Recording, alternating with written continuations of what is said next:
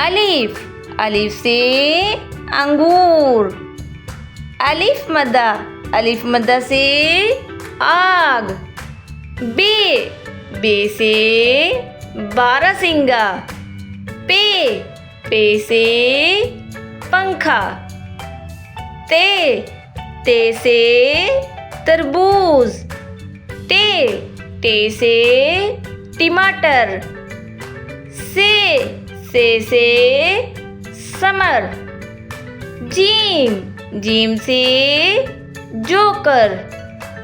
चे से चाबी। हे से होज। खे से खरगोश। दाल से दूध। डाल से डाकिया। जाल से ज़ख़ीरा।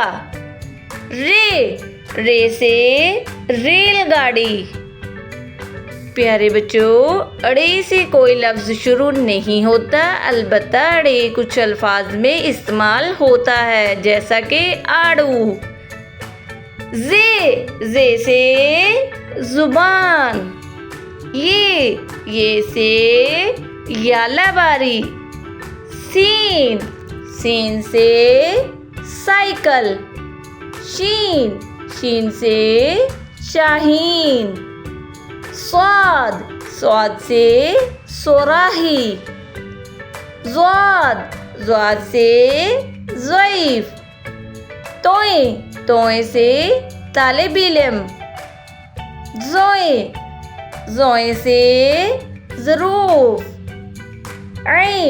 ऐन से इमारत।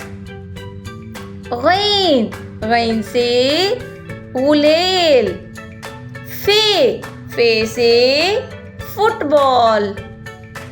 काफ से कलम।